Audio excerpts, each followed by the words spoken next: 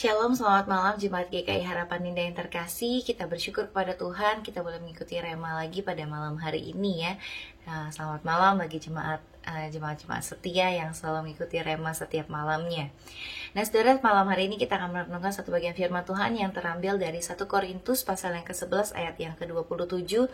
Akan saya bacakan bagi setiap kita 1 Korintus pasal yang ke-11 ayat yang ke-27. Jadi barang siapa dengan cara yang tidak layak makan roti atau minum cawan Tuhan, ia berdosa terhadap tubuh dan darah Tuhan. Ya saudara, malam hari ini kita akan merenungkan tentang perjamuan kudus ya. Saya beri judul hak istimewa yang kudus. Apa sih yang bikin perjamuan kudus menjadi hak yang istimewa bagi setiap kita yang boleh mengikutinya? Nah saudara, perjamuan kudus itu tidak bisa diikuti oleh semua orang dengan sembarangan ya. Oleh karena itu bisa disebut hak yang istimewa. Di awal bulan Juli kemarin kita boleh sama-sama mengikuti perjamuan kudus. Nah saudara masih ingat ya, kita bisa mengambil hosti dan juga anggur yang seperti ini di gereja, sehingga kita bisa mengikuti perjamuan kudus di rumah kita masing-masing secara virtual. Ini mungkin perjamuan kudus yang kesekian ya yang udah kita ikuti ya. Beberapa kali ini kita udah mengikuti perjamuan kudus secara virtual. Nah saudara, walaupun secara virtual tetap esensinya sama. Perjamuan kudus tidak boleh diikuti oleh sembarangan orang, walaupun di rumah nggak ada yang lihat gitu ya. Tetap esensinya harus kita pegang dengan kuat, bahwa perjamuan kudus bukan sesuatu yang sembarangan. Tadi dikatakan oleh firman Tuhan, hanya orang yang memiliki sikap yang layak yang boleh mengikuti perjamuan kudus tanpa berdosa terhadap tubuh dan darah Kristus. Sikap yang layak itu seperti apa? Sikap yang layak itu bukan berarti orang yang merasa dirinya layak, dirinya udah benar, udah sempurna sehingga dia boleh merasa layak diri untuk boleh ikut dalam perjamuan Tuhan. Sikap yang layak di sini justru adalah orang yang sadar bahwa dirinya ini manusia berdosa yang tidak layak untuk ikut dalam perjamuan Tuhan, tapi menyadari bahwa menerima anugerah di dalam Kristus Yesus sehingga bisa ikut dalam perjamuan Tuhan, sehingga dia akan mengikuti perjamuan kudus dengan hati yang penuh dengan ucapan syukur karena menerima anugerah yang sebenarnya dia tidak layak. Dan dalam gereja kita tentunya kita punya ketentuan bahwa orang yang ikut dalam perjamuan kudus adalah jemaat yang sudah dibaptis atau dibaptis dewasa atau di CD. Sebenarnya bukan soal baptis dewasa atau CD-nya yang ditekankan ya, tapi orang jemaat yang sudah mengikuti baptis dewasa atau CD itu adalah mereka yang sudah menerima kelas katekisasi ya, mengikuti kelas katekisasi yang diharapkan bahwa jemaat tersebut sudah sungguh-sungguh memahami imannya kepada Kristus, sungguh-sungguh memahami anugerah keselamatan dalam Kristus Yesus, sehingga dia boleh mengikuti perjamuan kudus dengan sikap yang layak, yang tahu diri bahwa dirinya tidak layak, tapi menerima anugerah sehingga boleh mengikutinya dengan hati yang penuh dengan ucapan syukur. Dan yang kedua saudara, perjamuan kudus itu juga istimewa karena perjamuan kudus adalah persatuan persekutuan antara Kristus dan umatnya. Nah sekalipun perjamuan kudus ini kita lakukan di rumah masing-masing secara virtual, tapi perjamuan kudus tetap kita lakukan secara komunal, yaitu secara bersama-sama. Kita supaya jemaat juga menyadari bahwa perjamuan kudus ini adalah persekutuan dengan Kristus dan umatnya. Oleh karena itu ibadah yang ada perjamuan kudusnya itu tidak bisa diputar ulang ya, hanya boleh berlangsung di waktu yang bersamaan, sehingga kita sama-sama mengikuti perjamuan kudus pada waktu yang ditetapkan, tidak suka-sukanya sendiri ya. Walaupun lokasinya berbeda-beda di rumah kita masing-masing, tapi kita bisa sama-sama mengikuti perjamuan kudus. Dan yang ketiga saudara, perjamuan kudus itu juga istimewa karena perjamuan kudus mengingatkan kita bahwa kita ini sudah bersatu dengan tubuh Kristus dan sudah menerima cawan perjanjian baru.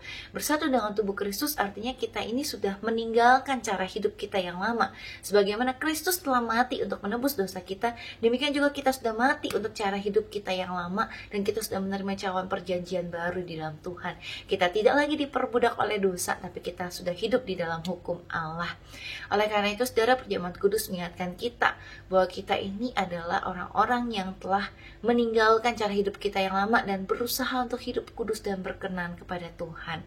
Bukan berarti hanya ketika kita mau menerima perjamuan kudus kita ikut sensura morum 1 minggu sebelumnya, kemudian kita mengaku dosa kita di hadapan Tuhan, lalu kemudian kita ikut perjamuan kudus, setelah itu ya udah hidup kita kembali biasa. Bukan seperti itu ya. Tapi perjamuan kudus ini justru mengingatkan kita bahwa ketika kita mengikuti perjamuan kudus, kita sadar bahwa kita ini sudah nggak bisa lagi hidup sesuai dengan caranya kita. Kita hidup sesuai dengan caranya Tuhan. Karena hidup kita sudah dibeli oleh darah Kristus yang mahal. Sudah ditebus oleh tubuh Kristus yang terkoyak bagi kita. Oleh karena itu saudara, dalam kehidupan kita sehari-hari pun kita juga tetap mengingat bahwa kita harus hidup untuk Tuhan. Sebagaimana Kristus telah memberikan hidupnya untuk kita, kita pun akan berikan hidup kita bagi Tuhan. Dan oleh karena itu setiap hari yang kita lalui, kita boleh berjuang untuk hidup kudus dan berkenan kepada Tuhan. Caranya simpel sebenarnya untuk sadar apakah hidup kita berkudus dan berkenan kepada Tuhan. Itu adalah dengan tanyakan satu hal ini ya. Apakah semua yang kita lakukan, pikiran kita, perkataan kita, perbuatan kita, semuanya menyenangkan hati Tuhan? Apakah keseharian kita hari ini menyenangkan hati Tuhan? Kalau kita memilih untuk menyenangkan hati Tuhan dalam setiap kesempatan yang ada, maka kita sedang berjuang untuk hidup berkudus dan berkenan kepada Tuhan. Amin. Mari kita sama-sama berdoa. Bapa, kami bersyukur kepadamu ya Tuhan, kalau kami menjadi anak-anak Tuhan, kami orang berdosa, kami tidak layak, kami sadar betul Tuhan, tidak ada satupun dari diri kami yang boleh berkenan kepada Tuhan, yang boleh layak untuk ikut dalam perjamuan Tuhan yang kudus. Kami ini tidak layak, tapi kami boleh menerima keselamatan dalam Kristus. Kami boleh disambut dalam meja perjamuan Tuhan, menjadi satu anggota keluarga kerajaan Allah, karena kami sudah menerima anugerah dalam Kristus, semua anugerah Tuhan yang luar biasa. Tolong kami Tuhan untuk hidup dengan penuh rasa syukur. Di tengah-tengah segala beban hidup yang ada, kami boleh menyadari bahwa hidup kami ini adalah anugerah Tuhan. Kami boleh sungguh menyadari bahwa setiap harinya kami mau menyenangkan hati Tuhan. Kami mau berjuang hidup kudus dan berkenan kepada Tuhan. Ampuni kami Tuhan, jikalau kami manusia berdosa ini lebih gampang mengeluh, lebih gampang bertanya, berkeluh kesah, mengeluarkan begitu banyak mungkin pikiran negatif dalam diri kami. Mungkin ada begitu banyak, begitu rapuh, begitu gampang putus asa. Ampuni kami Tuhan. Tapi biarlah firman Tuhan boleh mengingatkan kami ini orang yang telah menerima anugerah Tuhan. Biarlah kami boleh terus mengusahakan hidup kudus dan berkenan kepada Tuhan. Boleh menjalani hidup kami dengan rasa syukur.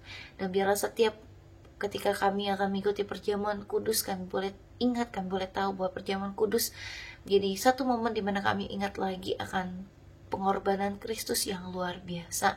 Dan kami boleh sama-sama menyambutnya dengan ucapan syukur. Dan kami boleh sama-sama memiliki sikap yang layak di dalam Tuhan. Terima kasih Tuhan. Tuhan juga boleh tolong setiap jemaat Tuhan yang pada saat ini sedang berjuang dengan COVID-19. Mungkin ada anggota keluarga yang positif atau juga sudah mengalami pemulihan atau sedang berjuang, kiranya Tuhan yang boleh menolong.